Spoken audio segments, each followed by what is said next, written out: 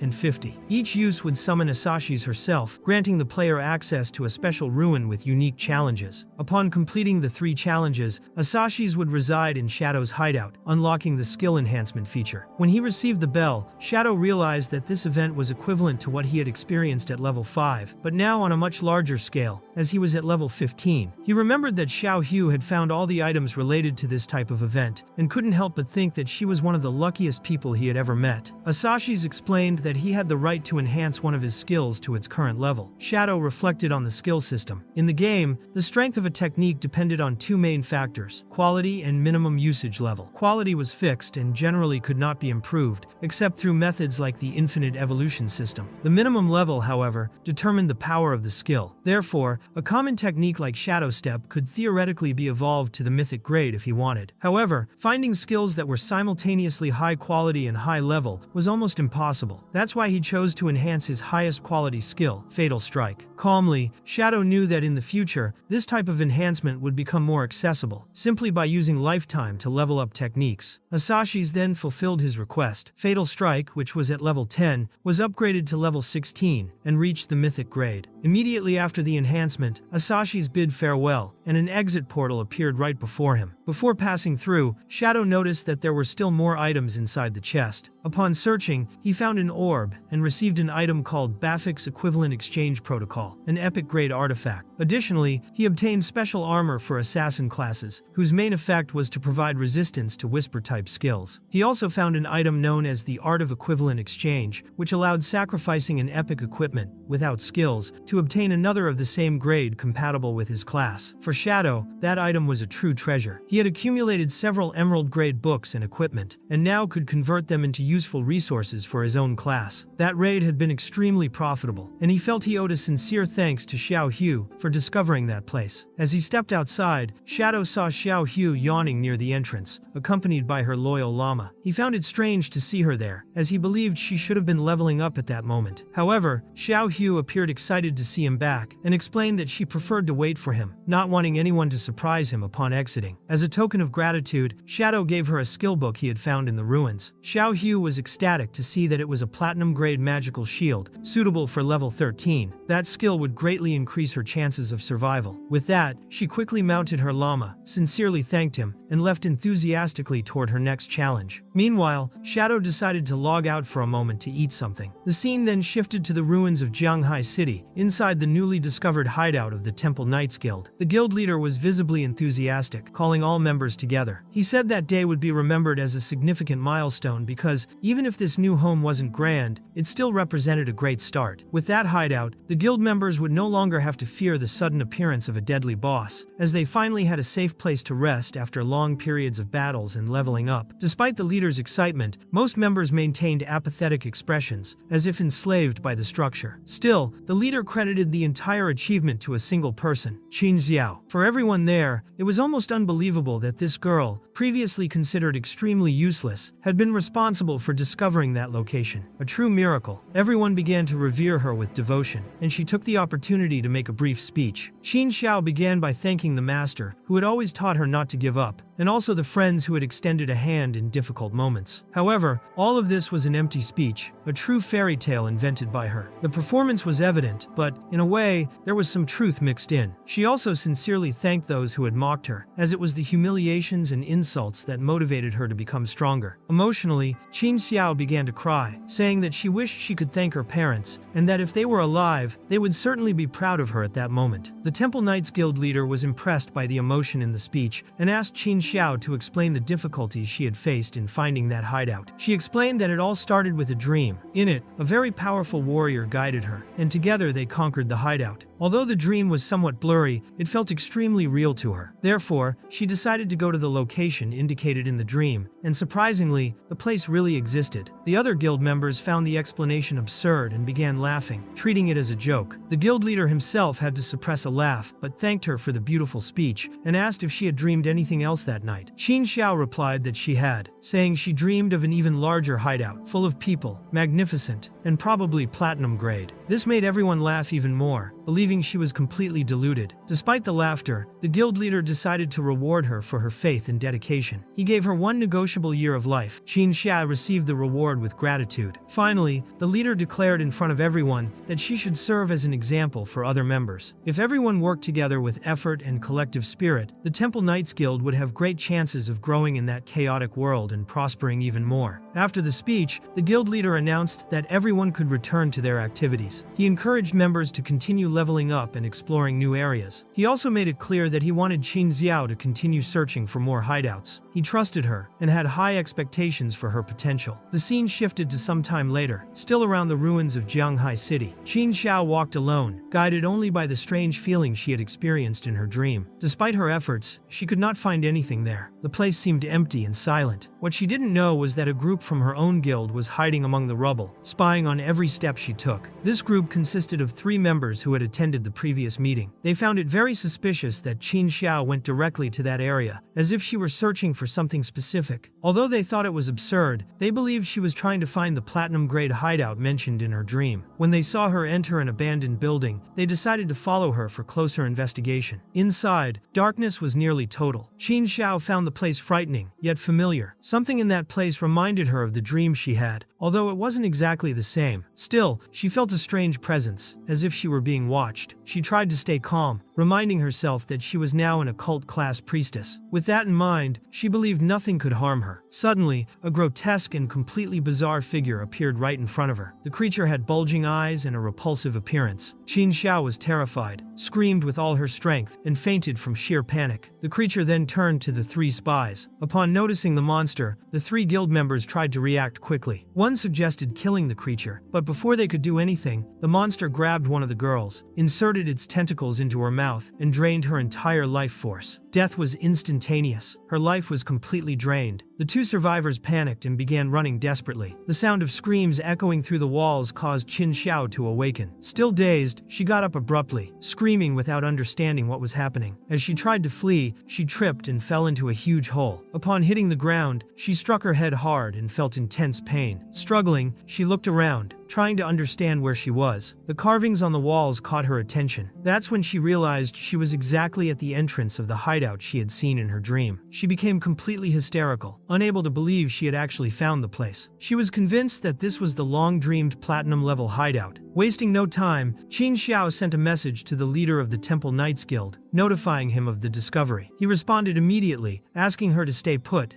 as he would send a team there. He also asked her to join the guild group so he could track her location more accurately. She agreed and decided to wait. While waiting, Qin Xiao heard a noise behind her. Turning around, her eyes widened as she saw that terrible creature again. The grotesque aberration now had eyes emerging from its own mouth and looked even more terrifying than before. Qin Xiao's body began to tremble. Tears streamed down her face, but even so, she tried to encourage herself. She wanted to believe she could face that horrendous creature. Qin Xiao swore she wasn't the same as before. She always relied on the fact that she had a hidden class, a life priestess. However, that meant nothing if she continued to act completely useless. Trying to prove her worth, she used the poison vine skill against the extremely strange-looking monster. The attack did some damage, but it was still very low. Even with such a weak result, she felt happy just for hitting the target and got overly excited. Immediately after, she used another skill called corrosive poison mist, hoping the monster would be corroded by the toxin. This poison was far crueler than ordinary poison and began spreading rapidly. It was then that Qin Xiao realized realized something was wrong. The place she was in was completely enclosed, with no ventilation, and the mist began to fill the entire room. She tried to cover her nose, but it was too late. Panicking, she ran back and forth, believing she wouldn't survive her own skill. The most remarkable thing was that Qin Xiao, even as a life priestess, had forgotten she had the purification skill. When she finally remembered, she tried to use it. However, in yet another mistake, she ended up casting purification on the monster, instead of herself. The result was tragic. She suffocated and died from her own poisonous mist. Later, upon returning to the base, Chen Wuming, the leader of the Temple Knights Guild, was puzzled as to why Qin Xiao had returned so early. She explained that she had encountered a monster at the location and had died fighting it. Chen Wuming suspected she was talking about the silver-grade creature known as the soul-sucking witch, which didn't make much sense, as that creature was known to be slow and weak. However, anyone touched by it had their life drained to death. What intrigued the leader most was how Qin Xiao had survived the encounter. She then explained that, in her moment of desperation, she had preferred to be asphyxiated by her own poison rather than be captured by the witch, knowing she would die anyway. Chen Wuming was surprised by her decision, and even considered it brilliant, which pleased Qin Xiao greatly. She also believed the 3 players who had been following her earlier had died there, which she considered deserved for interfering with the wrong person. Sometime later, Qin Xiao returned to the location and informed the leader that the platinum-level hideout was behind a certain door. The leader promised that when the guild took possession of the hideout, she would be properly rewarded, and Qin Xiao was grateful. Chen Wuming then ordered a player nicknamed Da Tu, known for his oversized head, to gather a few members and clear the entire area, preventing any other players from interfering. The group advanced with full force, defeating enemies and reaching the door. However, they stopped in front of the entrance and did not proceed. The leader asked why they hadn't advanced, and one member explained that the stone door simply wouldn't open. Chen Wuming knew that in this game, every hideout was protected by a guardian. Following this logic, he concluded that the stone door itself was the guardian of that place. One player tested it by attacking the door, and to everyone's surprise, it actually took damage. With that, everyone began to admire the leader's reasoning and followed his order to completely destroy the door. During the chaos, Shadow received a system notification informing him that the soul-purifying sanctuary was under attack. The notification showed that the stone entrance door was taking continuous damage. He was confused, as he hadn't expected anyone to find the hideout so soon. The system also indicated that the regular teleport was blocked, and only war teleport was available, a skill that could be used only once per day. Even though he believed the door would hold for a long time due to its durability, Shadow didn't want to take any risks. Determined to protect the sanctuary, he mounted his new steed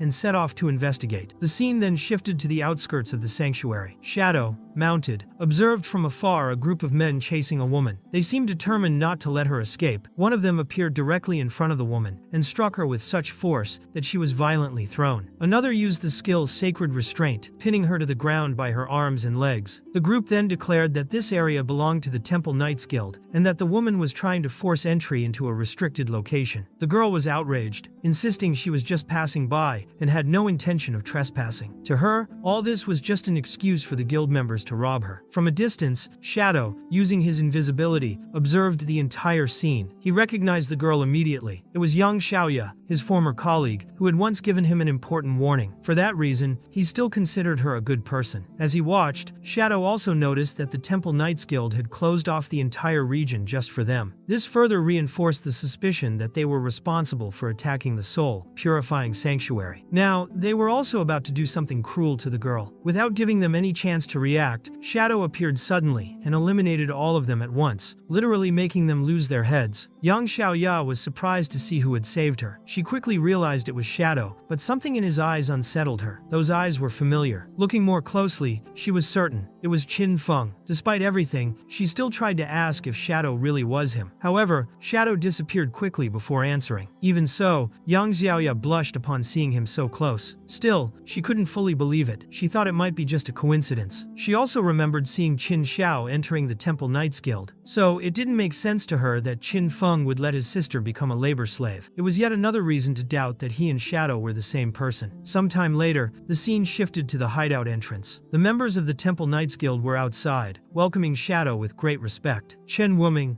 the leader, wished him 1,000 autumns and 10,000 generations, as if trying to flatter him into leaving the situation alive. The atmosphere was clearly one of fear. Trying to alleviate his guilt, Chen Wuming kicked one of his subordinates, calling them idiots for robbing people on the main road. He claimed that all of them deserved to die 1,000 times. Despite this, he admitted that the fault was his for not disciplining them properly, and thanked Shadow for giving them the necessary lesson. Since Shadow had saved them from the headless assassin, everyone in the guild had become his fan. The leader even pretended that everyone there followed Shadow's values, claiming they tried to be the most honorable guild in the game and rejected all that was vile and evil. While the guild members tried to prove their loyalty and show that they idolized Shadow, Chen Wuming wanted to know the reason for his sudden visit. Shadow answered naturally, saying he had only heard that someone was attacking the hideout. The leader, already alarmed, confirmed the information but also wanted to know how he had discovered it and if he was interested in the place. With shining eyes, Shadow declared that the hideout belonged to him. The statement took everyone by surprise. Chen Wuming was so shocked he went into a state of petrification. No one could believe what they had just heard. Trying to hide his nervousness, the leader mentioned he had heard rumors that Shadow's hideout was in the Magic City, and that, in the game, a player could only have one hideout. That's when one of the guild members reminded the leader that, when creating one's own guild, a player was entitled to more than one hideout. Shadow confirmed this, explaining that he had a hideout both in the Magic City and in Jianghai. With this, the members of the Temple Knights Guild realized that they had invaded a hideout belonging to Shadow. The situation had become more than delicate. Qin Xiao was in shock, as she had no idea about this, especially since Shadow had never appeared in her dreams. The guild leader quickly apologized, explaining that they truly did not know the place belonged to Shadow and that they would do anything to make up for the mistake. Shadow clarified that the hideout's door had been heavily damaged and that repairing it would be costly. He then proposed that the guild members pay 500 years of life as compensation, which would settle the matter immediately. The amount was absurd and left Chen Wuming so shaken that he simply collapsed to the ground, trembling. No one understood what had happened to the leader. Worried, one of the guild members ran to help him. Then, turning to Shadow, he explained that the master had fainted. He desperately asked Shadow to at least consider reducing the demanded amount, trying to negotiate on behalf of the fallen leader. Shadow stared at one of the guild members and wanted to know if he had any idea how much it would cost to repair the damaged gate. When the young man couldn't answer, Shadow said it would be best if he stayed silent. Meanwhile, Chen Wuming tried to understand why he was being punished with a demand of 500 years of lifespan just for a door. In a fit of frustration, he grabbed Qin Xiao and began blaming her for everything that was happening. To him, she hadn't just ruined his life, but had put the entire guild at risk. Qin Xiao, however, remained silent. Without trying to defend herself, Qin Xiao acknowledged that the leader was right. She took full responsibility for the mistake. She explained that she had dragged everyone into this mess and stated that, if anyone needed to be punished, it was her. Looking directly at Shadow, she declared that she was willing to accept any punishment he imposed. She said she could be his servant, or even his pack mule, and would give all the lifespan she earned in the future until the damage she caused was fully compensated. She did not care about being beaten, humiliated, or mistreated, as long as he was satisfied. All she asked in return was for Shadow to spare the other guild members. The request surprised Chen Wuming, who had never imagined she would take such an extreme step. When she called him by name, the guild leader was startled, realizing that she knew who he really was. Meanwhile, Shadow's eyes glowed with intense yellow light. He looked at Chen Wuming and asked if he really thought Qin Xiao was worth 500 years of lifespan. The guild leader froze in the face of Shadow's murderous intent. In a fit of rage, he punched Qin Xiao, ordering her to leave. He called her a scoundrel, accusing her of making the guild invade a big shot's hideout and now trying to play the martyr. To him, her attempt to sacrifice herself was just a ridiculous performance to win Shadow's favor. Chen Wuming thought it absurd that she believed she could gain such a benefit with such a move. Thus, Qin Xiao's plan had failed once again. Trying to change the course of the situation, Chen Wuming began to play the victim before Shadow, claiming that his guild was small and had not yet accumulated 500 years of lifespan. He begged for mercy and promised to accept any alternative within his reach. Shadow then decided to be more flexible. He said he would not make it so difficult for them. He demanded only 100 years of life, and the remaining 400 would be paid through the surrender of guild members with assassin status. Each head counted as 1 year. Since killing an assassin cleared their own status, Shadow saw this as a perfect opportunity to reduce his current penalty. Relieved, Chen Wuming explained that this would be easy to handle, as his guild had over 2,000 people. Wasting no time, he paid the 100 years of life and quickly summoned all members with assassin status. He ordered them to hurry so as not to keep Shadow waiting, while he went ahead to supervise. Shadow then decided to repair the hideout's gate himself. To his surprise, the repair cost only 7 days of lifespan. With that said, settled, the scene shifted a little later. Several orbs were scattered across the ground. Shadow had eliminated 400 assassins, reducing his own assassin ranking from level 4 to level 3. Chen Wuming, in turn, praised Shadow, saying that all those players had broken the guild rules behind his back, and that the punishment applied had been more than fair. However, Shadow made it clear that, from that moment on, the Temple Knights Guild would be responsible for protecting that hideout. Chen Wuming did not understand the reason for this new demand, so Shadow explained that the intention was to keep the guild's own offenders under control. They should organize guard shifts, and if the hideout were attacked again, the responsibility would fall entirely on Chen Wuming. The leader promised to carry out the mission, even though he disliked the idea of locking so many guild members in that place. Suddenly, Shadow received an urgent alert. The system reported that his other hideout, called the Academy of Evil Spirits, was under attack. Since he still had a charge of war teleport available, he could move immediately. Confused and tired from the sequence of problems, Shadow activated the teleport, determined to find out who was bold enough to mess with him. Meanwhile, Chen Wuming, still not understanding what was happening, saw Shadow disappear. He then informed the others that Shadow had left. Even so, the guild members were confused, as they had all clearly heard the order to protect the place. Chen Wuming had made it clear that Qin Xiao should stay on guard at that location. She did not understand why she was chosen for this role, but Chen Wuming explained that her dream had always been to go to that place, and now that the dream had been realized, she should remain there. She would not go anywhere. Her only task was to protect the area. He also stated that if any problem arose, she should report it immediately. Furthermore, he warned that if she tried to escape her responsibility, he would drain her life without hesitation. Meanwhile, the scene shifted to the ruins of the Magic City, inside the Academy of Evil Spirits. A group of troublemakers was trying to destroy the entrance gate. The barrier's durability was already at half. From a distance, some players observed the scene, believing that the group would end up dying for provoking Shadow, as they knew the risks of crossing him. These troublemakers were part of the guild called the Black Dragon Hall, an organization from the Magic City. Using his invisibility, Shadow appeared at the site unnoticed. As soon as he saw the guild symbols, he recognized them. However, he could not recall any previous involvement with them. This puzzled him, and he wanted to understand why they were trying to break the barrier of his hideout. The group was organizing to deliver a powerful attack. The guild leader activated a skill called Dragon Strike, and the barrier weakened further. This thrilled everyone, who believed it would fall soon. They also thought that by conquering the place, each would gain 100 years of lifespan. Observing everything, Shadow suspected that the Black Dragon Hall Guild had been hired by someone to complete the mission. However, among those who still held grudges against Shadow and remained alive, only Dongfang Yue remained as a possible culprit. Suddenly, a dragon appeared, letting out a tremendous roar that stunned all guild members. No one could move. Soon after, meteors began falling from the sky. The members, in shock, pointed upwards, not understanding where the skill had come from. The leader was surprised to survive the initial impact, as the meteor caused about 3,000 damage, far less than he expected. But before he could react, he lost his head, dying instantly. The group watching from a distance noticed the guild leader fall, but did not see what actually hit him. This led them to believe that Shadow was responsible, and had somehow become permanently invisible. In fact, Shadow was very close, still hidden. Meanwhile, a girl caught his attention. She was a member of the Celestial Dome Guild, and Shadow quickly recognized that she was a hidden class known as Soul Painter. The girl's name was Zhang Jingshuan, and in the game, she was known as Ahili Qingshan Yuan. Shadow realized that the dragon's roar and the falling meteors had been summoned by her. The Soul Painter class had the ability to draw spells and summons. Unlike traditional mages, who used incantations, the Soul Painter had to create an image to activate a skill. The more detailed and precise the drawing, the stronger the effect. This class excelled in team battles, battlefield control, and defensive strategies, but was weak in direct combat and vulnerable when caught off guard. Zhang Jingshuan wanted to know if Shadow was nearby, as she wished to speak with him. When she spoke aloud, Shadow decided to respond, appearing suddenly and surprising both her and her companions. The girl explained that she wanted to enter his hideout because there was something inside that she needed to advance her class. She also assured him that she did not want to cause any trouble, and was willing to compensate him if necessary. Shadow finally understood why the Celestial Dome Guild had occupied that academy in his past life. Everything made sense now. Zhang Jingzuan had probably discovered the hideout during her class advancement mission. However, This time, Shadow had arrived before her. The master of the Celestial Dome Guild was known as Old Zhang. He had been president of the Magic City Chamber of Commerce and, after retiring, became a game streamer. At 73 years old, he broadcasted live alongside his granddaughter and was quite popular online. They played very well and had participated in several minor competitions, achieving good results. This was mainly because Zhang Jingxuan had lost her father early, and Old Zhang raised her with great care, playing alongside her since childhood. When the game Shen Qi was launched, Old Zhang seemed to have found his true calling. He founded the Celestial Dome Guild, established its base in that academy, and over time led the guild to the top, entering the top 10 guilds of Daxia. Shadow knew all these details because, in his past life, he had been extremely addicted to Old Zhang's and his granddaughter's live streams. Therefore, when he recognized the girl, he allowed her to enter the hideout so they could talk privately. The main gate of the hideout slowly opened, and the scene shifted inside, where Shadow examined a new skill called Scarlet Blade. It was a rare skill book with absurd power for single target damage. The skill was Emerald level, dealing 4,800 blood damage. He learned the skill quickly and received an additional mythical effect. While in stealth, lifespan loss was reduced by 90%. For him, this was perfect. He could now enter Fury zones without worrying too much about the cost. Shadow had reached level 17. Among his equipment, he had the Veil of the Sharp Eye, an emerald-grade assassin accessory that increased accuracy by 133%. He also wore white fragile gloves, which reduced maximum health by 12% but increased base attack by 30%. His boots, Formless Steps, also emerald grade, removed collision for 3 seconds. The Ring of Unity, of the same quality, added 179 water damage to all attacks. Except for his leg protection, Shadow's entire set was emerald quality. Since he wasn't hiding the appearance of the equipment, it looked bizarre. He knew low-level items tended to be extremely ugly, so he reverted to the standard class appearance, which was more stylish. His next goal was now to conquer a new hideout. The scene then shifted to the real world, on the outskirts of Magic City, where a group of armed subordinates discussed how little lifespan they had gained from the operation. 4 individuals stepped out of a car, one of them wore Morpheus-style sunglasses, and the group headed toward a massive mansion to meet the buyer. The buyer was Dongfang Yue, but only one of the 4 would enter. The others felt annoyed, as they were treated like filthy dogs, unworthy of entry. Dongfang Yue's armed subordinate despised the 4, considering them idiots. He believed they would soon understand what truly mattered. Dongfang Yue appeared, and knowing they were lifespan vendors, demanded that everyone convert their vital energy into orbs and place them on the ground. One of the men thought it was a joke, as she had not mentioned payment. To him, they would only give what they had after seeing the money. Dongfang Yue grew impatient, and repeated that if they did not comply, they would die. She demanded that they transform their lifespan into orbs immediately. When her subordinates began aiming their weapons, the man with sunglasses wanted to understand if this was an attempted robbery. In the next instant, he and his allies counterattacked, killing all armed subordinates in the blink of an eye, catching Dongfang Yue completely off guard. This man possessed a hidden class called Insect Master. He controlled an insect that could evolve, receive enhancements, and even act as a combat companion. He believed that this time he had struck it lucky and would take everything Dongfang Yue possessed. The large member of the group raised his platinum-grade shield, known as Metallic Barrier, while the mansion's last armed guards opened fire. He activated a skill called Metallic, which created a shockwave and launched multiple opponents into the air. Another member moved at high speed, dodging all bullets with ease. Most impressively, he could shoot with just his fingertips, like Yusuke Urameshi himself. The man with sunglasses had a hidden class known as Gunslinger, a rare class capable of firing weapons with his hands. Each finger used a different type of ammunition, making him unpredictable in combat. The only problem, according to rumors, was for any woman who got involved with him, because no one knew exactly what each finger could do outside of battles. Meanwhile, Dongfang Yue's subordinates realized they had encountered real professionals at the main gate and began calling for reinforcements. Among the invaders, there was a hooded figure who did not speak a single word. Their movements were extremely fast and precise. When they advanced toward Dongfang Yue, revealing themselves as a girl wielding 2 daggers, it became clear that this was the feared blade of the underworld. She moved with the intent of eliminating Dongfang Yue, who at that moment was holding her son. However, before she could strike, she was hit by a sonic kick to the face, sent flying several meters away. The impact was so strong that the sound echoed throughout the courtyard. The author of the kick was one of Dongfang Yue's strongest subordinates, a robust man with his neck and mouth completely covered by bandages. He warned his mistress to be careful, especially with enemies capable of turning invisible. Dongfang Yue,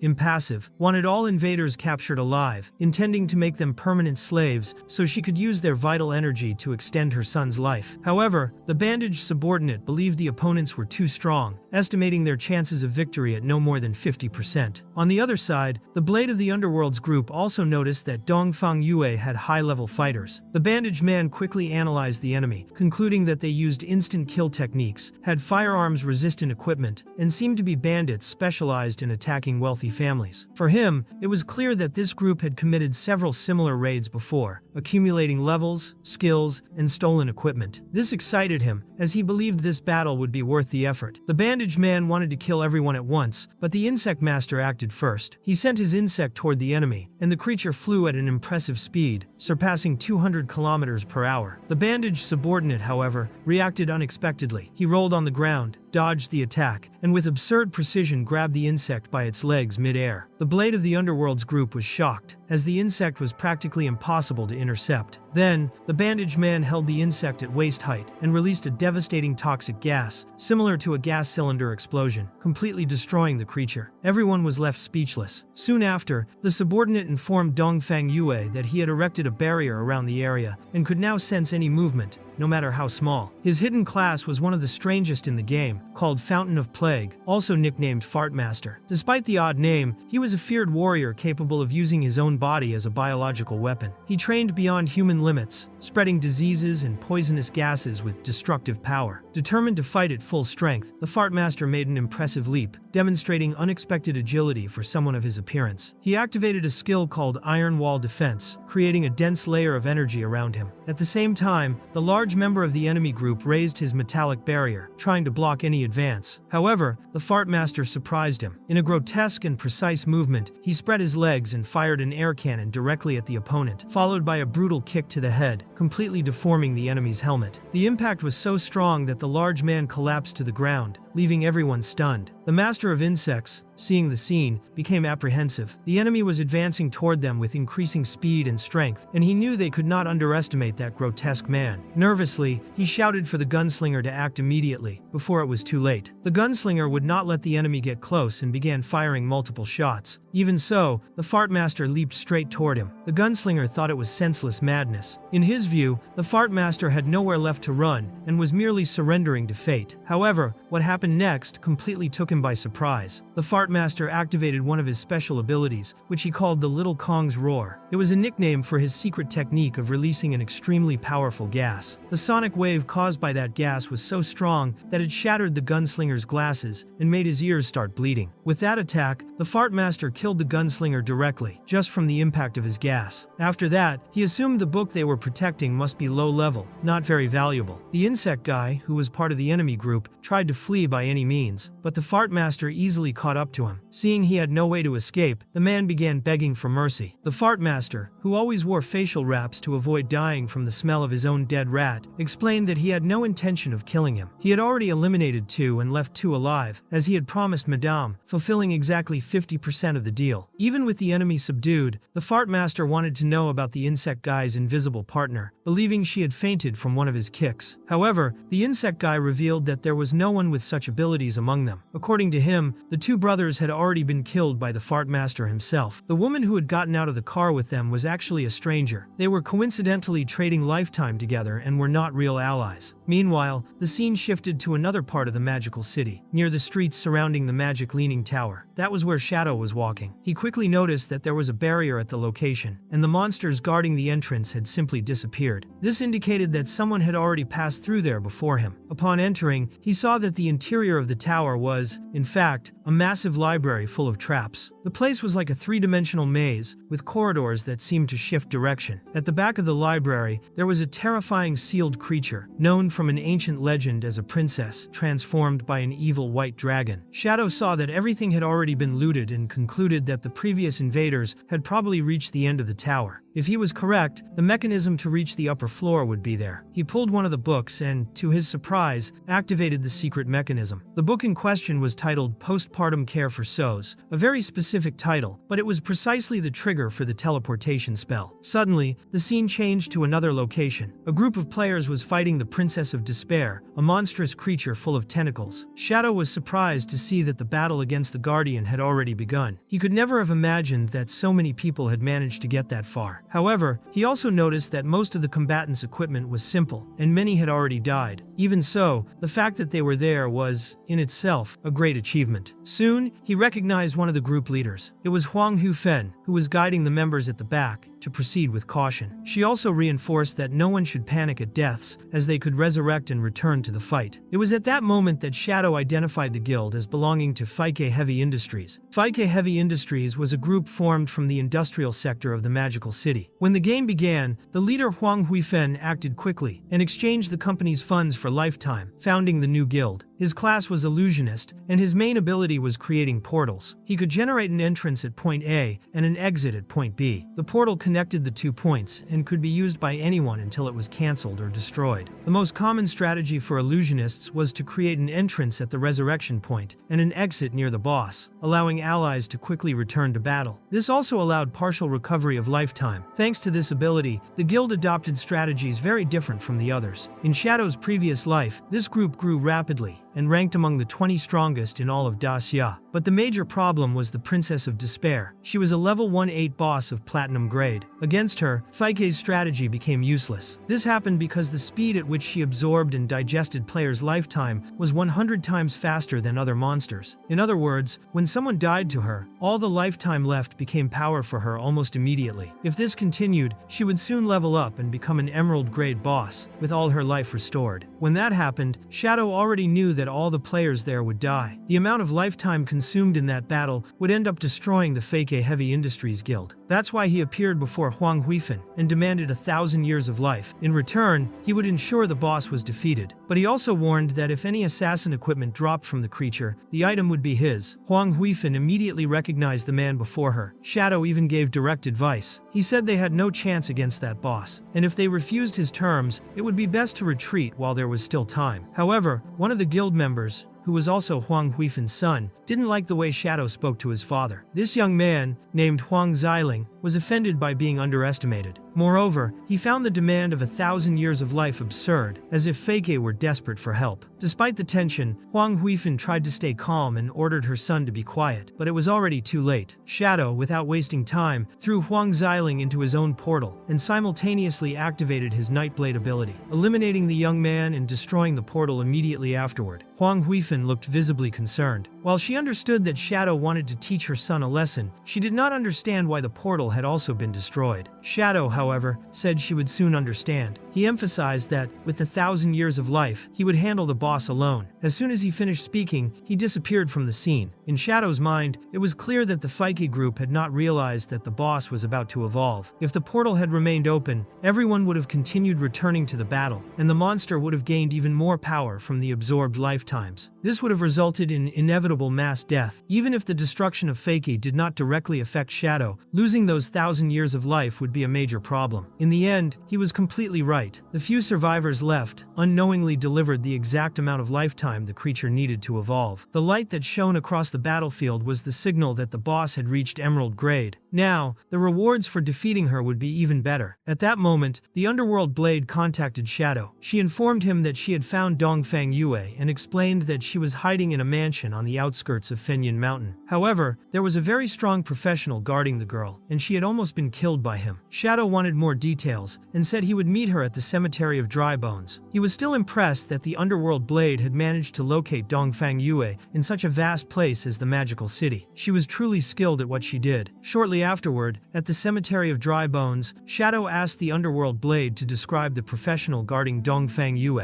She explained that the enemy fought in close combat, was fast, very strong, and his main attack involved flatulence. The strangest part was that he could see through her stealth. He remained surrounded by a constant mist, with a radius of about 10 meters. Shadow immediately understood what this meant. This man possessed a unique hidden class, known as the Source of Plague. That 10-meter mist around his body was the sign of the first stage of the class. Within that area, the Plague Ring detected all movements, completely nullifying the Underworld Blade's stealth abilities. He also explained that the Fart Master, as he was called, used the plague to strengthen his own body, and that his regeneration was accelerated. If he continued evolving, he could become practically immortal, a long-term threat. The Underworld Blade was shocked to hear this. She hadn't expected that the enemy would have no apparent weakness. This made her afraid she would not be able to complete her revenge. In the end, the Underworld Blade realized that it wasn't exactly as she had imagined. The plague did indeed strengthen the body and amplify desires, but there was a high cost. It also eroded the mind over time. This was the real weakness of the Source of Plague class. When the user's mind was weak, everything collapsed. Meanwhile, the Underworld Blades class, upon reaching level 2, would evolve into the Underworld Demon, and Shadow recommended that she advance to this second class as soon as possible. This represented the next step in her journey. The Underworld Blade understood the advice but remained intrigued. She wanted to know how Shadow knew so much about her class. He simply turned his back and explained that the Shen Qi game was vast and full of secrets. He wanted her to seriously reflect on the way she had been evolving. When leveling up, was she exploring everything correctly? Shadow further emphasized that she should focus on her own training and keep her feet on the ground. Only through consistent effort could she achieve something truly remarkable. The Underworld Blade understood perfectly. She finally realized that Shadow had reached his position purely through effort and dedication. For her, leveling up at that moment in the Cemetery of Dry Bones would be an excellent choice. Monsters appeared there in large numbers and frequently. Each defeated creature would help evolve her class, making the location ideal for advancement. The problem was that all the monsters in that cemetery were elite type. They had more health, defense, and attack. On average, they were 3 times stronger than normal monsters. Even so, Shadow explained that, knowing the right technique and hitting their weak points, it would be possible to defeat them quickly. He gave a practical example that seemed simple to him, which left the Underworld Blade impressed with the level of power he had achieved. Despite this, Shadow inspired confidence in her. He said she needed to dive in head first and trust her own path. If she did so, she would be able to advance and stay firm in her quest for revenge. Soon after, he disappeared once more. The Underworld Blade, confused, wondered if she was going crazy. When he mentioned revenge, she had the impression that he had radiated murderous intent for just a moment. Meanwhile, the scene shifted to the ruins of Jianghai City. Xiaohei was exhausted, and her llama also seemed weak. Both were hungry. Still, she was nearly finished exploring the area and believed she only needed to endure a little longer. It was then that she noticed a sphere lying on the ground. She wondered if it was a fruit. It had an intense red color and shone like a giant black plum. Curiosity won, and she decided to take a bite. The taste pleased Xiaohei greatly, and shortly after, she gained some experience in the system. This made her believe she had found a miraculous fruit. She then noticed several of these fruits scattered around the area. Without thinking twice, she followed the trail and began eating multiple of these supposed plums, not even knowing what they really were. Meanwhile, Anyu was trying to contact her through the game system. The captain wanted to know her location. When she answered, Xiaohei learned through the message that Ma Naliang had been captured by a boss, and the monster was carrying over 500 years of lifespan. Xiaohei replied that she was near the corrupted coast. Anyu asked her to wait, as she was on her way. Still, Xiaohei continued eating the fruits, which she found delicious. She also thought to herself that Ma Naliang had always been dead weight, and that if it weren't for his family's connections, no one would have placed him on the team. For her, losing Ma Naliang didn't make much difference. Following the trail of fruits, Xiaohei finally encountered a monster, sitting on the ground, right in the region of the corrupted coast. The monster she found was enormous, with multiple mouths scattered across its back. She couldn't understand what kind of fat boss it was until she finally realized. Ma Naliang was nearby, completely motionless, and this was the boss Anyu had mentioned. He was known as the Spirit Devourer, level 20, Emerald grade, and before Xiaohei's eyes, he was devouring another monster entirely. The scene was grotesque. With the remains of the previous monster placed in a large bowl, the Spirit Devourer mashed the flesh with his own hands, as if preparing a dumpling. Xiaohei was disgusted by the nasty preparation process. To her, it looked like a handmade dumpling made from raw monster meat. Shortly after, Anyu arrived at the location where Xiaohei was. She wanted to know if her companion had found Ma Naliang and the boss. Xiaohei explained the entire situation while Anyu watched in disbelief as the monster prepared food with its hands. The strangest part for both of them was that the Spirit Devourer had not attacked any players yet, which made everything more suspicious. So they decided to wait a little longer before taking any action. Since they didn't have enough strength to defeat an Emerald grade boss, Xiaohei thought it might be better to call for reinforcements. However, something began to change. The boss started shaking oddly. Its posture also seemed strange, and Anyu suspected that it was defecating. Unfortunately, she was right. The Spirit Devourer began evacuating right in front of them. Xiaohei couldn't believe what she was seeing. She finally realized that the shiny red fruits she had eaten earlier were, in fact, the the monster's feces. And Yu was even more shocked when she saw that the feces looked exactly like those giant plums, and she looked directly at Xiaohei, who had found the taste delicious. She had been eating monster poop, carefully produced by a massive creature, which resembled a duck due to the absurd amount it defecated. Realizing this, Xiaohei had an emotional breakdown. She screamed as if in a dramatic movie, in despair comparable to a scene of cosmic tragedy. And Yu tried to calm her, but Xiaohei simply couldn't accept the reality of what she had consumed. To make matters worse, the spirit devourer finally noticed their presence. It began murmuring strange words, as if whispering curses. Xiaohei felt that everyone there was doomed. It wasn't only her who was poisoned by the humiliation of having eaten monster feces. The entire group seemed affected by some invisible curse. Suddenly, the boss activated a special ability. A strange energy spread through the area, and everyone began feeling insatiable hunger. The players' eyes changed color,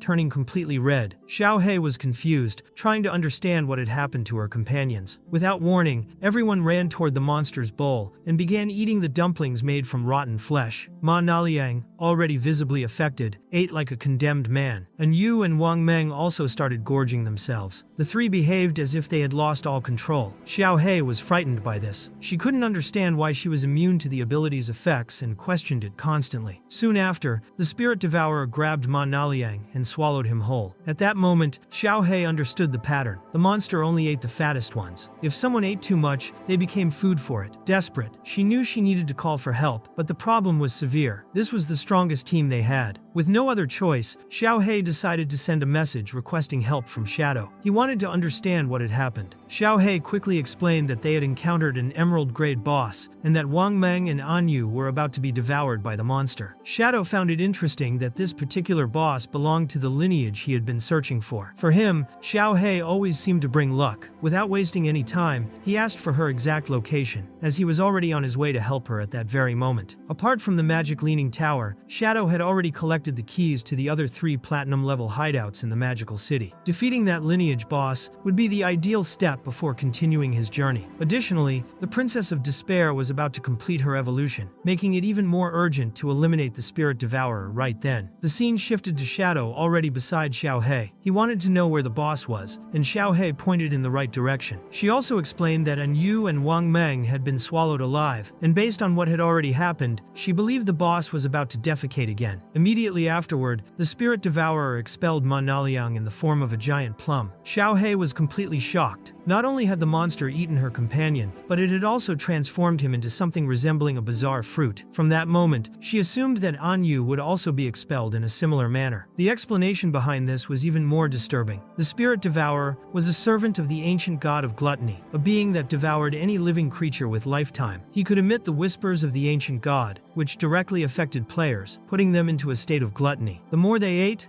the fatter they became, and then the boss would devour them to digest the accumulated lifetime. The only way to resist the whispers was, ironically, to consume the boss's own excrement. Shadow knew this, and despite acknowledging how disgusting it was, he commented that the taste was not always as bad as imagined. Seeing that Xiaohei had not been affected by the whispers, he deduced that she had unknowingly eaten the monster's feces. Xiaohei, in tears, didn't want Shadow to continue talking about it. She just wanted him to save her teammates. Without hesitation, Shadow ran toward the boss. He grabbed the still inflated body of Ma Naliang, which was larger than normal, and used his companion's body as a weapon. With a direct strike to the Spirit Devourer's stomach, he made the monster regurgitate Wang Meng and Anyu. Next, Shadow activated his special ability called Final Strike, dealing an absurd amount of damage to the boss. Since the finishing bar was already full, he decided to follow up with the Scarlet Blade technique. The result was immediate. A global announcement appeared, stating that Shadow was the first player to defeat an emerald-grade boss. Xiaohei found the result completely absurd. The damage he had inflicted was unbelievable. All the players on the server saw the announcement, and began to believe it was only a matter of time before Shadow became the most powerful figure in that world. As a reward, the system offered Shadow the lineage of the Spirit Devourer. This lineage was part of a special system in the Shen Qi game, where certain unique monsters allowed players to inherit their lineages after defeating them. When a lineage was compatible with the player's class, it could drastically amplify their combat power. Shadow activated it immediately without hesitation. As a result, several of his abilities evolved. He acquired a new lineage skill called Devouring Spirit, which allowed him to devour the characteristics of his own class, converting them into attribute correction. Correction. He also gained a lineage skill called Giant Mouth, which devoured enemy projectiles and recovered health based on the damage absorbed. The Devour skill provided extra attribute correction, something extremely valuable. In the Shen Qi system, attribute correction was the multiplier that defined how much each attribute point influenced stats. For example, 1 point in strength could result in 3 points of physical attack. Coincidentally, the boss also dropped a bronze-grade poison blade. Although it was a weak item, Shadow used Devouring Spirit on the poison blade skill to convert it into physical attack. The gain was small but already indicated the potential of that ability. He paused for a moment to reflect. If the Devour skill had become passive, then he could continue devouring abilities until the end of the game. And if he continued like this, his attribute correction would surpass that of any other player. Over time, he would be hundreds, perhaps thousands of times ahead of everyone else. Wang Meng and Anyu thanked Shadow. If it weren't for him, they would have ended up like Ma Naliang. Xiaohei approached Anyu and said she was beautiful, even though she was a bit overweight. He explained that beauty doesn't depend on the opinion of others. A young man informed Shadow that the Zhanghai officials were out of money. Shadow asked everyone to relax, as he only needed help finding assassin skill books. The guild agreed to help, and Anyu asked that no one talk about what had happened there. The scene shifted to the inclined magic tower. Time went back to the moment Qin Liao jumped from the tower. A young man asked everyone to hold on and told Xiao Kui to activate the life tree ability. The portal was destroyed by the Shadow, and everyone needed to survive. The ability restored the HP of allies. The fighters focused on dealing damage because they were close to winning. In the end, it was clear that they won thanks to Qin Xiao's priestess class. Because of her, they managed to clear the hideout. Suddenly, a creature attacked one ally's shield. She opened her eyes, showing she was still alive. It caused a huge scare and generated a massive explosion that killed everyone. That place was hiding the Egg of Despair, a level 30 boss of the Emerald class. The scene then shifted to Feike Heavy Industries, in a silver-level hideout in the courtyard of the Tree Faced. A desperate young man asked his mother what had happened. He wanted to know how everyone had died and if the boss had been defeated. His mother explained that they had almost killed him. He was barely alive, but suddenly recovered completely. He turned into an egg and used an area of effect ability that killed everyone. She knew that bosses only regenerated like that when they changed phases. Then she remembered Shadow. She believed Shadow already knew the boss would evolve. That's why he predicted the portal tactic would fail. It was a platinum class boss evolving into Emerald. The guild wouldn't stand a chance against it. The only option was to ask Shadow for help. The scene shifted to Shadow, who was observing the Egg of Despair. He found it strange. Evolving into Emerald class shouldn't change the appearance so much. The egg didn't even seem dangerous. He didn't know if the creature inside would be much stronger. Shadow used the Shadow Blade ability and dealt significant damage. He saw that the boss had 10 million HP and was at the level of an epic boss. He still thought it was possible to defeat it. The egg had no stealth resistance and couldn't see him. He just needed to keep using abilities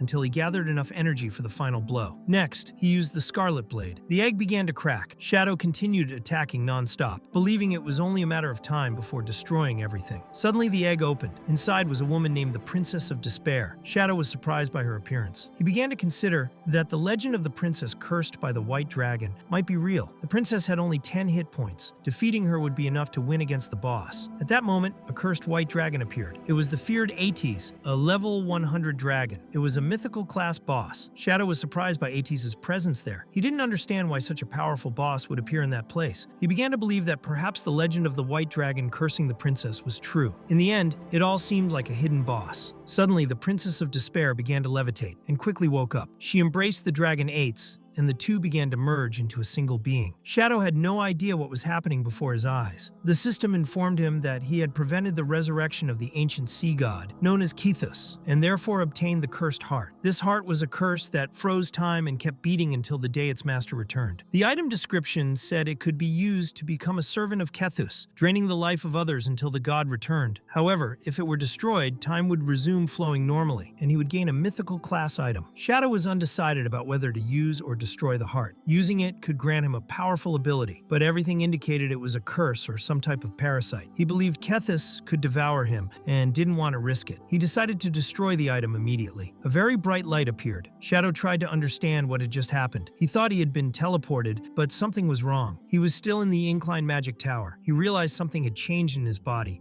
It seemed he had activated some kind of trial. The Princess of Despair called for Ates, who now had a human appearance. She wanted to know if he would go on another mission. Ates apologized and explained that an enemy nation had summoned an octopus monster at the port. He needed to help as he was the kingdom's guardian. The princess suspected the excuse, remembering that on that day he had promised to teach her how to control the wind. Ates asked her not to be angry. He said he would teach her when he returned. The princess believed he saw her as a child. Her father said it took 7 days and 7 nights to reach the coast, so Ates couldn't return the same day. Her father always lied, and now she wanted to know if Ates would lie too. She soon concluded that no one was trustworthy, as everyone broke promises and treated others as disposable. Ates just wanted her to stop talking so much. He didn't understand how she had learned to be so talkative. He gave her an item called the Scale of Promise. Whoever broke a promise under the witness of that scale would lose the ability to fly. The princess was desperate. She wanted him to take it back, as she didn't want him to lose his wings. But Ates refused and asked her never to underestimate his control over the wind. Suddenly, his giant wings appeared. No matter how many times she saw that transformation, she always found it amazing. Ates asked her to wait, as he would return for dinner with her. In the meantime, he left his 3 shadows as company. The princess wished him a safe journey, acknowledging that he was giving his best. She didn't want to fall behind either. She asked the shadow guards to go with her, as she wanted to prepare a banquet for Ates' return. Shadow observed everything from afar. Now he was sure that those two were the Princess of Despair and the White Dragon. Then he realized he was inside the sealed temple, accessed through the cursed heart. The Princess of Despair began collecting ingredients for the banquet. She even went fishing for some fish. The sun began to set and she felt exhausted, but managed to prepare all the dishes. Each of them was something Ates liked very much. She waited happily to dine beside him. Time passed, and she ended up falling asleep on the table. A subordinate appeared and asked her to wake up, as it was already very late. The subordinate asked the Princess of Despair to return to her room and rest, as it was already night. The bell would ring at midnight, and she couldn't believe time had passed so quickly. She wanted to understand why Ates hadn't returned yet. The old man explained that news said the battles on the front lines were intense. General Ates probably wouldn't be able to return soon. But the princess believed the White Dragon was very strong, as he was the kingdom's guardian. To her, he would be able to defeat any enemy with ease. Rumors circulated that the enemy country had sacrificed tens of thousands of lives to summon a terrifying monster. Lu Wen told the princess that the creature came from the sea. Its body was as large as a city, with over 1,000 tentacles and eyes spread across its length. An ordinary person